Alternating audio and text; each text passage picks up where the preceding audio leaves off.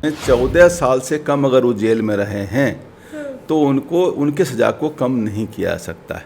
अच्छा। तो यह तो लागू होता आनंद मोहन साहब पर। उन्होंने 14 की 17 साल पूरा कर लिया। जी। तो बिहार सरकार 433 एक हिसाब से वेल विद इन राइट्स है, उसमें कोई दिक्कत नहीं। और आरोप यह है उमा कृष्ण याग जी मैडम का, उनकी वाइफ का, यह जानबूझ करके आपने इसलिए किया है कि आनंद मोहन जी को रिहा किया जाए। इसलिए सुप्रीम कोर्ट ने कहा कि इसको डिटेल में सुनना पड़ेगा और इसमें जो जितने 97 लोग रिहा हुए हैं सबका ब्यौरेवार हमें दें। नमस्कार, हमारा नाम है समरीन और आपने देखना शुरू कर दिया है लाइव सिटीज। देखिए, पूर्व सांसद आनंद मोहन की रिहाई के खिलाफ दायर याचिका पर 11 अगस्त को सुप्रीम कोर्ट में सुनवाई नहीं हो सकी। आपको बता दें कि सुप्रीम कोर्ट ने बिहार सरकार से कई सवाल पूछे हैं, जिसके बाद अब बड़ा सवाल खड़ा ये हो रहा है कि क्या आनंद मोहन की मुश्किलें एक बार फिर तो बढ़ने वाली नहीं है। सवाल तो जनाब ये भी है कि क्या आनंद मोहन एक बार फिर जेल तो नहीं जाने वाले हैं। तो आज हम इसी मौजू पर बातचीत करेंगे और इस मौजू पर चर्चा करने के लिए हमारे साथ पटना हाई कोर्ट के सीनियर एडवोकेट देव प्रकाश जी हैं। सबसे पहले बहुत शुक्रिया जी। जैसा कि मैंने शुरू में ही कहा कि सुनवाई नहीं हो सकी और हम देख रहे हैं कि ये दूसरी बार है जब सुनवाई टल गई है। इसके पीछे की क्या वजह लगती है आपको? सुनवाई नहीं हो सकी यह नहीं कहा जा सकता। सुनवाई तो हुई, उसमें कुछ क्वेश्चंस किए गए हैं, कुछ क्वेरीज किए गए कोर्ट के द्वारा। जैसे कोर्ट ने क्वेरी किया कि क्या जो कितने लोग इसमें रिहा हुए, केवल उनके लिए कानून बना या और लोग भी रिहा हुए। तो जो बिहार सरकार के एडवोकेट रंजीत कुमार साहब थे, उन्होंने कहा कि नहीं 97 लोग रिहा हुए। तो सुप्रीम कोर्ट ने कहा कि 97 में और जो लोग हैं वो उन सबों पर भी यही आरोप था, उन लोग भी पब्लिक सर्वेंट के मर्डर केस में इन्वॉल्व थे। तो उस पर बिहार गवर्नमेंट के एडवोकेट ने कहा कि हमें इसके बारे में ब्यौरेवार पता नहीं है। तो उन्होंने कहा इस पर एक हलफनामा, एक एफिडेविट आप दायर करिए और यह बताइए कि जो 97 लोग हैं उन पर क्या एलिगेशंस था, उनमें से कितने लोग हैं जिनके ऊपर पब्लिक सर्वेंट के मर्डर का आरोप है। चूँकि आप जानते हैं कि यह जो 481 बिहार जेल मैनुअल 2012 में जो संशोधन किया गया, उसमें 481 के 2 में यह लिखा हुआ था। क्योंकि ये देखिए सरकार को ये पावर है 433 ACRPC में 432 में कि उस किसी को भी जो पनिशमेंट मिलता है, अगर मान लीजिए किसी को डेथ सेंटेंस मिला है तो उसको कम्यूट करके कम करके उसको लाइफ में आजीवन कारावास कर दिया था। आजीवन कारावास किसी को मिला तो 14 साल कर दिया था। ये है नियम में है डाला हुआ। तो उसमें एक नियम है 433 ACRPC, उसके तहत यह कहा जाता है कि ऐसे किसी सज़ा में जिसमें डेथ सेंटेंस मिला हुआ था और कम किया गया, लाइफ इम्प्रिजमेंट किया गया है, वैसे केस में 14 साल से कम अगर वो जेल में रहे हैं तो उनको उनके सज़ा को कम नहीं किया जा सकता है।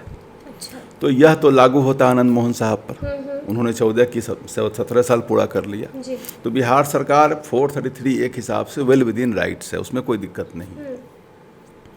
अब मामला बन रहा है बिहार जेल मैनुअल में एक 481(2)A है, उसमें कहा गया है कि सरकार ऐसे कम्यूटेशन को जहाँ पर जिनको आजीवन कारावास मिला है उसमें निम्नांकित अगर अपराध है तो उसमें कम नहीं कर, उसमें उनको रिहा नहीं कर पाएगी। वो निम्नांकित अपराध क्या क्या है मैं आपको बताता हूँ। वो निम्नांकित अपराध है जिनके ऊपर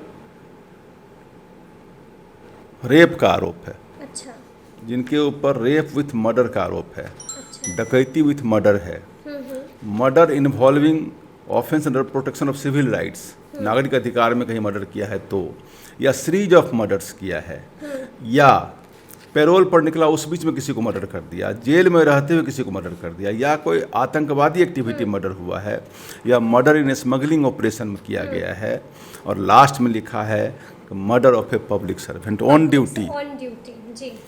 तो गला ये सब चीज़ अगर है तो सरकार अपने अधिकार के अंतर्गत भी सज़ा को कम नहीं कर पाएगी। उनको लाइफ इम्प्रिजमेंट है, चूँकि इनको डेथ सेंटेंस हुआ था, उसको कम्यूट करके लाइफ इम्प्रिजमेंट किया गया था, ऐसे केस में रिहा नहीं कर पाएगी। सरकार ने इस क्लॉज को यहाँ से एक्सपंज कर दिया, हटा दिया कि नहीं, मर्डर, बाकी मर्डर में कम्यूट हम कर सकते हैं, तो पब्लिक सर्वेंट का जो क्लॉज डाला गया है इसको हटा दिया गया। अब हटा दिया गया तो जो उमा कृष्णैया जो उनकी वाइफ है, उनके जो एडवोकेट हैं सिद्धार्थ लुथरा साहब, उनका कहना है कि एक तो आपने इसमें अमेंडमेंट ला दिया और अमेंडमेंट जो लाया है आपने वो शायद जुलाई में आया था ना, इस बार जुलाई के नहीं अप्रैल में आया है, अप्रैल में आया है। जो अमेंडमेंट लाया उसको आपने रेट्रोस्पेक्टिव कर दिया, भूतलक्षी प्रभाव से कर दिया। अगर आप लाते तो उसके आगे डेट से होता, आपने इसको पीछे के तारीख से लागू कर दिया। और आरोप यह है उमा कृष्णैया जी मैडम का, उनकी वाइफ का, यह जानबूझ करके आपने इसलिए किया है कि आनंद मोहन जी को रिहा किया जाए। कोर्ट को कहीं न कहीं इसमें कलर नज़र आता है, सुप्रीम कोर्ट को कहीं जानबूझ के, पॉलिटिशियंस का केस है, कहीं जानबूझ करके किसी व्यक्ति विशेष को लाभ पहुंचाने के लिए तो ये अमेंडमेंट संशोधन नहीं किया गया। इसलिए सुप्रीम कोर्ट ने कहा कि इसको डिटेल में सुनना पड़ेगा और इसमें जो जितने 97 लोग रिहा हुए हैं सबका ब्यौरेवार हमें दें। अच्छा, क्योंकि हमने ये भी देखा है कि सुप्रीम कोर्ट ने बिहार सरकार से एक के बाद एक कई कड़े सवाल किए हैं, तो क्या कुछ वो सवाल हैं जो सुप्रीम कोर्ट को जिन पर शक है और जिसके लिए सवाल उन्होंने पूछा है और जवाब मांगा है बिहार सरकार? देखिए, सुप्रीम कोर्ट ने पॉइंट ब्लैंक 433A CRPC में जो पावर दिया हुआ बिहार सरकार को उसको अप्रूव नहीं किया है। उस पर वो क्वेश्चन पर क्वेश्चन किए चली जा रही है। वो जानना चाह रही है कि कहीं व्यक्ति विशेष के लिए संशोधन तो नहीं किया गया है। जो इनके पक्ष में बात आ रही है वो ये बात आ रही है कि 14 साल 17 साल सजाई भुगत चुके हैं उस केस में, आरोप के था या जो भी कन्विक्शन था उसमें ये सज़ा भुगत चुके हैं। तो सज़ा भुगत चुके हैं तो बिहार सरकार उस कानून के तहत इनको कम्यूटेशन में इनको रिहा की है। लेकिन उसमें जो जिसको इन्होंने अमेंडमेंट किया है वो अमेंडमेंट में यह कहा गया है कि जब पब्लिक सर्वेंट होगा तो उसको इन्होंने वहाँ से हटा दिया, उस क्लॉज हटा दिया क्लॉज को। वो शक्ति, उनकी शक्ति, बिहार सरकार की शक्ति है और शक्ति के अंतर्गत ही इन्होंने किया है। सुप्रीम कोर्ट ये देखना चाहती है क्या ये व्यक्ति विशेष के लिए है कि सबों के लिए हुआ है। ऐसा लग रहा है कि सुप्रीम कोर्ट बिहार सरकार की इस फैसले से ज्यादा खुश नहीं लग रही है, क्योंकि काफी कड़े कड़े सवाल पूछ डाले हैं। लगता है कि नाखुश है इस फैसले से।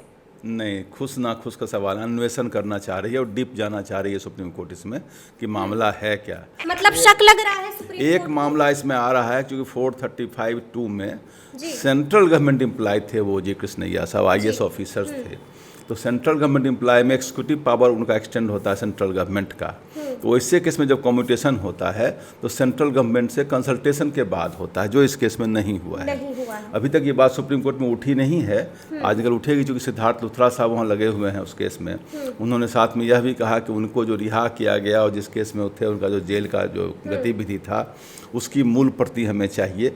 तो जो बिहार सरकार के एडवोकेट ने कहा कि उसकी मूल प्रति अगर चाहिए तो आप जो है सो RTI में मांग लीजिए इस कॉपी को।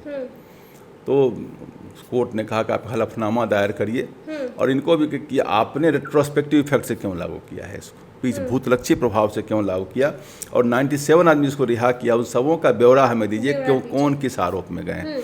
तो यह भी नहीं है कि सुप्रीम कोर्ट ने इनको ग्रीन पास दे दिया कि आप निकल जाइए यहाँ, सो भी नहीं दिया, अभी घेर के रखे हुए। मतलब घेर रही है, शक है सुप्रीम कोर्ट को कि कहीं ना कहीं किसी को लाभ पहुंचाने के लिए तो ये फैसला ये देख रही है। 26 सितंबर को पुनः डेट दिया गया है, उम्मीद है कि डेट पर फैसला हो जाएगा। क्या लगता है आपको, क्योंकि आप भी काफी एक्सपीरियंस लॉयर हैं, आपको क्या लगता है किसके हक में फैसला अगर पनिशमेंट की बात है तो हम लोग तो यही मानते हैं करेक्शन सिस्टम में 14 साल से 17 साल ही जेल रह चुके हैं, तो ऐसे केस में इनको पास मिल जाना चाहिए हमारे हिसाब से। लेकिन अब चूंकि इस जेल जाने का क्या चांसेस है आनंद मोहन के? क्या आनंद मोहन की मुश्किलें बढ़ सकती हैं? जेल जाने के चांस तभी बनेंगे जब इस संशोधन को रद्द कर देगी सुप्रीम कोर्ट। जो संशोधन है वो रद्द कर देगी तभी जेल जाने के चांस बनेंगे। अगर ये संशोधन लागू रहेगा तो रेट्रोस्पेक्टिव इफेक्ट से क्रिमिनल लॉ लागू होता है, ऐसी कोई बात नहीं है, वो होता है लागू।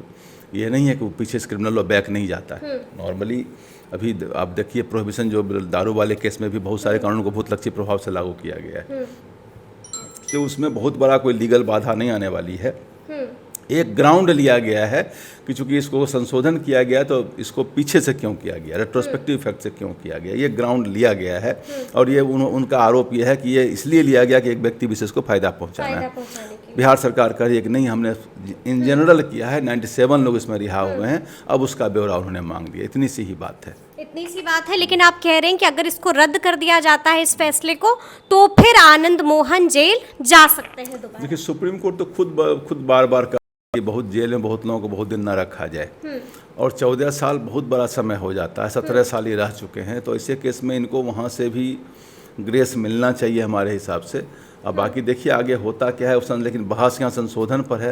अगर संशोधन रद्द होता है तब समस्या एक बार फिर से बढ़ेगी, तब समस्या बढ़ सकती है। तो अब देखना होगा कि आगे क्या कुछ निकल कर आता है। तो ये पूरी बातचीत आपको कैसी लगी है, कमेंट करके हमें ज़रूर बताइएगा। तो इस तरह के तमाम अपडेट्स के लिए ऐसे ही हमारे साथ बने रहिएगा और देखते रहिएगा लाइव सिटीज़। बहुत शुक्रिया।